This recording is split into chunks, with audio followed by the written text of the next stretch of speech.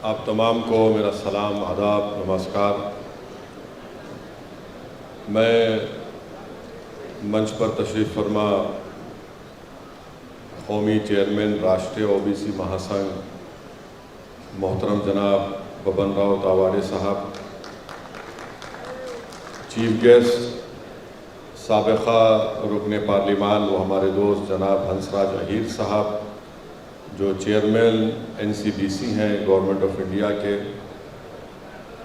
जनाब श्री केसना शंकर राव साहब, हमारे बुज़ुर्ग और हमारे खैरखा मोहतरम जनाब जस्टिस V ईश्वरैया साहब, जनाब अशोक जेटौड़े साहब जो नेशनल कोऑर्डिनेटर राष्ट्रीय ओबीसी महासंघ हैं, और जनाब जाजुला श्रीनिवास गौड़ साहब जो national president BC welfare association Telangana और आंध्र प्रदेश,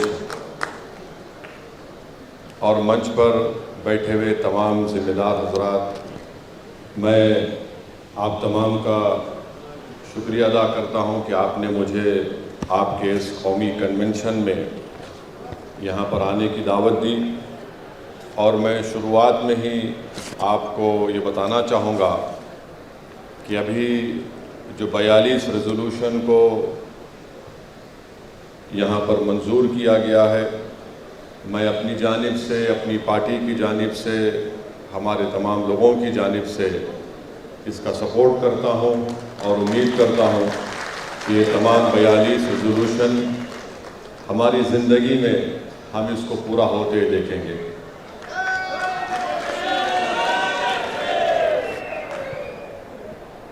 दूसरी बात मैं आपको ये बताना चाहूँगा कि मुझसे ये कहा गया कि हमारे शकील साहब जो महाराष्ट्र यूनिट के आपके ज़िम्मेदार भी हैं, कि मैं इन 4 पॉइंट्स पर कुछ बोलूं कि एक तो कि government of India caste census करवाए, दूसरा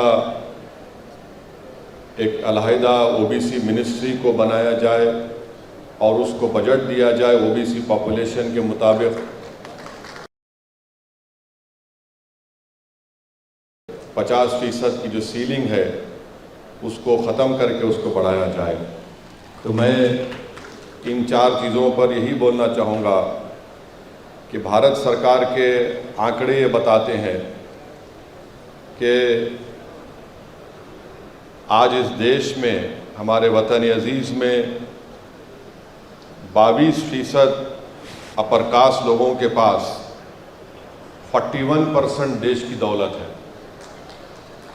और उसमें ये भी आंकड़े ये बताते हैं कि टॉप 1% जिसके पास हाउस होल्ड्स हैं दौलत के एतबार से, उनके पास 25% मुल्क के पूरे एसेट्स हैं, और 5% जो टॉप के लोग हैं उनके पास 46% देश की दौलत है।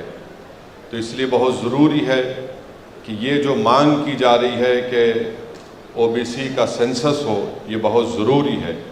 और दूसरी बात ये है कि अभी बताया गया कि ओबीसी का पॉपुलेशन 52% है। मैं नहीं समझता कि 52% है, बल्कि ये 60% के ऊपर होगा।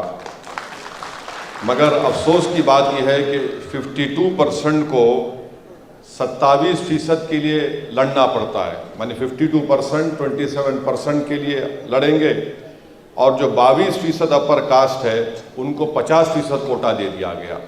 तो ये सरासर नाइंसाफ़ी है और हम हुकूमत से डिमांड करते हैं कि वो इस पर गौर करे। इसीलिए बहुत ज़रूरी है कि कास्ट सेंसस हो, ताकि ये मालूम हो जाए कि इस कास्ट सेंसस में किसके पास कितनी दौलत है, किसको उसके हिस्से से महरूम कर दिया गया, और कितने लोगों को पब्लिक एम्प्लॉयमेंट में, एजुकेशन में उनको उनका हिस्सा मिला। जो राज्यसभा में भारत सरकार ने डेटा दिया है उसमें यह बताया गया कि 457 सर्विंग सेक्रेटरीज, जॉइंट सेक्रेटरीज और एडिशनल सेक्रेटरीज जो भारत सरकार में है, उसमें से 457 serving secretaries, joint secretaries, additional secretaries में सिर्फ 19 ओबीसी कैटेगरी के हैं। तो ये इसको सही करने की ज़रूरत है।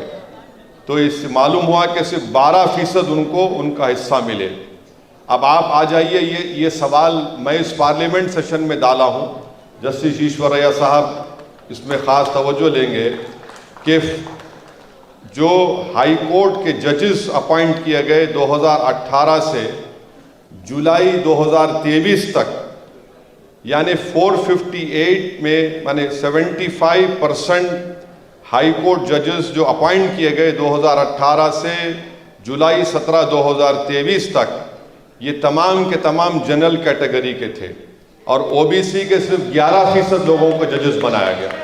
आप जाकर देख सकते कि मेरे नाम से मैंने ये सवाल डाला है और उसका भारत सरकार ने जवाब दिया कि जितने जजेस अपॉइंट हुए 604 जजेस में से सिर्फ ओबीसी के 11.92% को जजेस बनाया गया है। वैसे अब आ जाइए कि भारत सरकार के सेंट्रल यूनिवर्सिटीज़ में पूरे देश में 313 कोटा के पोस्ट हैं, जिसमें से सिर्फ 9 ओबीसी प्रोफेसर हैं। तो ये इसको भी सही करने की ज़रूरत है। अब जब इकोनॉमिक वीकर सेक्शन का कोटा लाया गया था पार्लियामेंट में, मैंने उसके खिलाफ बोला, उसके खिलाफ वोट भी दिया और मैं आपको बताना चाह रहा हूं कि मैंने ये क्यों कहा था कि गलत हो रहा है। ये गलत इसलिए, इसका एग्जाम्पल आपको दे रहा हूं कि एक रिक्रूटमेंट का नोटिफिकेशन अक्टूबर 2020 में institute of banking personal selection का आया। उससे ये मालूम हो गया कि 10% कोटा ओबीसी का जो कोटा है, ओबीसी का SC ST का कोटा को कम कर दिया है। ये भारत सरकार का एक नोटिफिकेशन है institute of banking personal selection का। उसमें यह बताया गया कि ओबीसी SC ST कोटा को रिड्यूस करके, कम करके 10% EWS कोटा में उसको दे दिया जा रहा है। और मालूम ये हुआ कि 49.5% से ये 40% पर आ गया। अब आप बताइए, नाइंसाफ़ी नहीं है तो क्या है? आखिर में ये जो 50% की सीलिंग है, ये संविधान में नहीं है। ये क्रीमी लेयर की बात संविधान में नहीं है। मैं बड़ी इज्जत के साथ कह रहा हूँ कि ये बनाया गया है कोर्ट की तरफ से, ये इन्वेंशन किया गया है।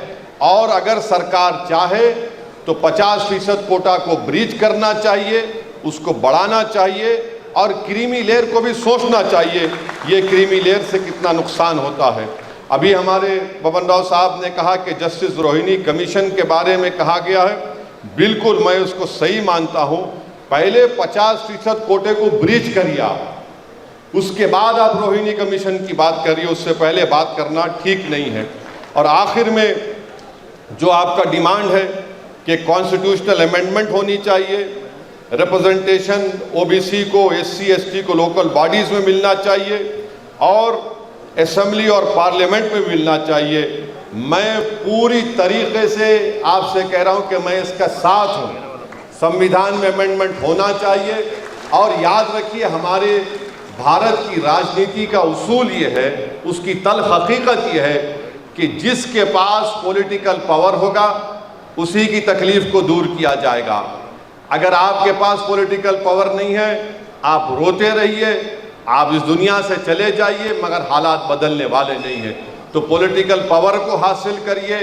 ये आपके जो डिमांड्स हैं वो जेन्यून है, वो हक बजानिब है। आप अपनी पॉलिटिकल ताकत को दिखाइए ताकि कोई भी पॉलिटिकल पार्टी हो, चाहे किसी भी पॉलिटिकल पार्टी हो, जो इस देश पर राज करना चाहती है, उनको आपको कहना पड़ेगा जो हमारे 42 बातों को मानेगा वो हमारे वोट का हकदार होगा।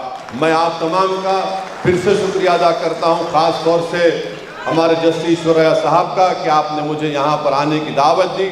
और आपको इस बात का तयक़ुन दे रहा हूँ, आश्वासन दे रहा हूँ कि देश के जिस हिस्से में आप मुझे बुलाएंगे मैं आने के लिए तैयार हूँ, आपके साथ खड़े रहने के लिए। बहुत बहुत शुक्रिया।